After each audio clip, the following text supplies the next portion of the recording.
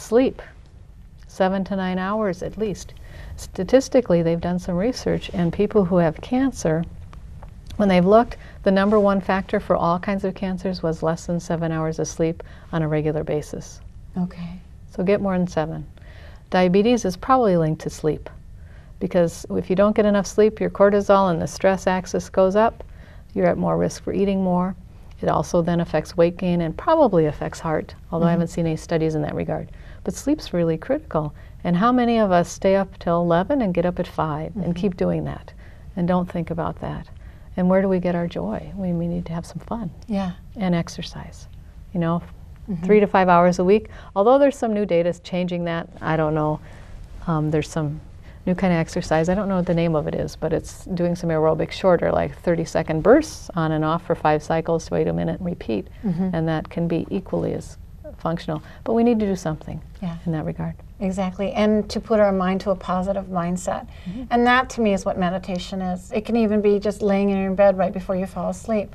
Put some positive into your brain. You don't have to do, you know, the actually crossing your legs and holding your fingers, walking, whatever time alone or to benefit yourself and how you can become positive, more of a positive person, positive thoughts, and to know that you are loved and to make yourself feel better. And yeah, because we are so hard on ourselves. We're not good enough, pretty enough, smart enough, and yet we need to go back and reevaluate that and say we are loved, we are gracious, we are kind and thoughtful and caring, and put those positives thought and make ourselves know that we're worthy. Yes. Exactly.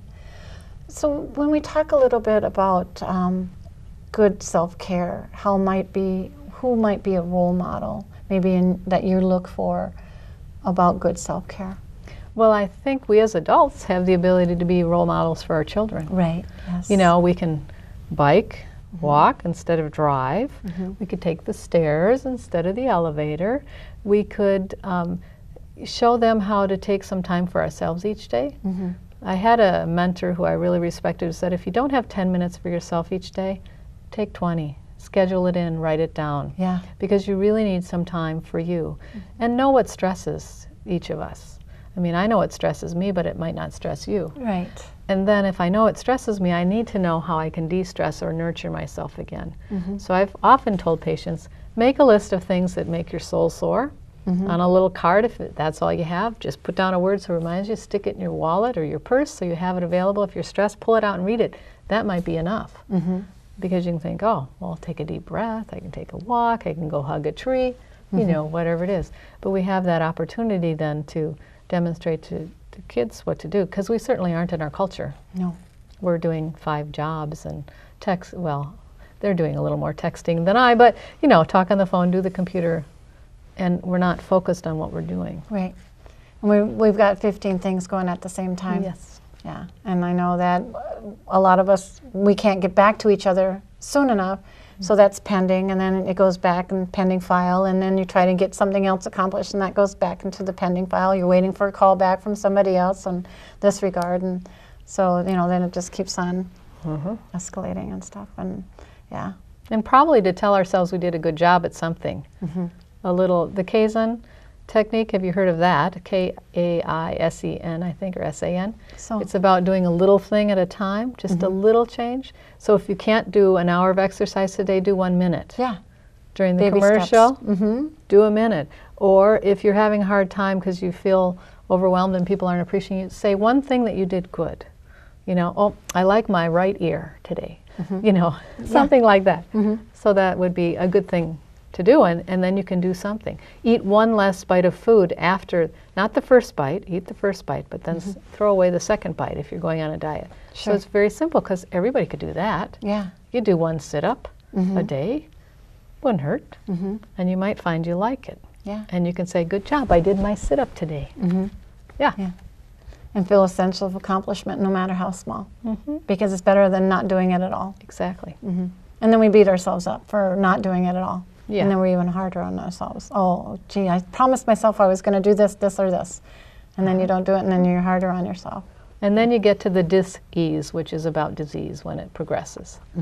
Because you're dissatisfied with yourself. It's amazing what that D-I-S can say on the beginning of a lot of words. Yeah. Yeah, exactly. Yeah, good point, good point. So how much reading and learning is involved in learning about self-care? I know there's a lot of books out there, and just to take time for yourself. I'd like to see, a lot of the companies allowing a little less working. People are putting in 40-plus hours. I know in the military they actually had an hour of that time donated towards physical, exercise, walking an hour, and they were finding that due to this, they had less calling in for sick time, and people were actually being more productive. So could you just touch on that a little bit with our viewers? I think there's many books out there, so really ask around, be open. If you want one, put it out there that you're looking for a book or some guidance on what you could do to improve your health and your balance in your life. Because I frankly believe if we put it out there, it comes to us. And for some of us, myself included, I always say, give it to me 3 times or make it as big as a billboard that I walk into it and I get it. Because sometimes I'm too intent in other things and not paying attention to what I need. And that helps. So I don't have any specific titles to give you because I think there's so many ways to get to where you need. And some of us need movement and some of us need stillness. But we all need some time. Yeah, that's great. And even naps at work. Yeah. They've done that where they gave 15 minutes of rest. People could lay their heads on their desks like we used to do in kindergarten or something. And they actually had increased productivity. Yeah. And they took the pop machines out because instead of taking caffeine or something that would jive us up, they took a break and it works better. Yeah. And also Knowledge for Wellness now. It's out there for people to even, YouTube it. Yeah, exactly. Sounds great to me. Well, we're running out of time, but I wanted to have any thoughts or that you would like to leave with us today? Well, I would. I would like to encourage all of you to look for health care where you need it. Ask for what you need, because it is your gift and your responsibility to take care of yourself and your body. And there are many ways to get to health. And I would wish that you could walk in wellness.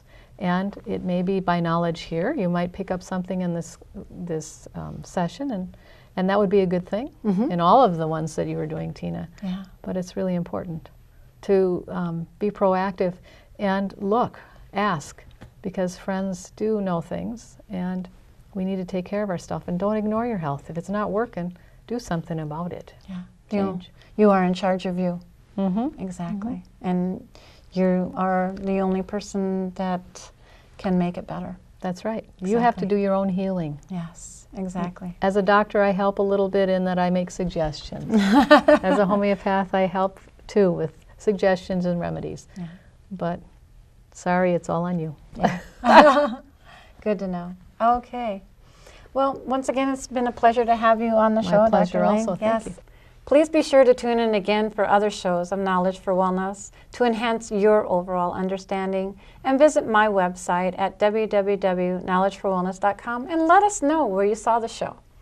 And I hope we have provided you with more knowledge to benefit you and your loved ones.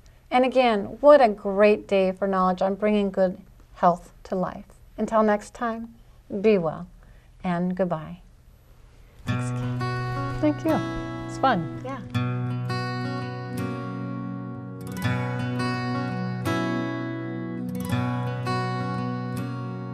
Over time you've healed so much in me, and I am living proof that although my darkest hour had come, your light could still shine through. And at times it's just enough to cast the shadow on the wall. Though I am grateful that you shine your light on me.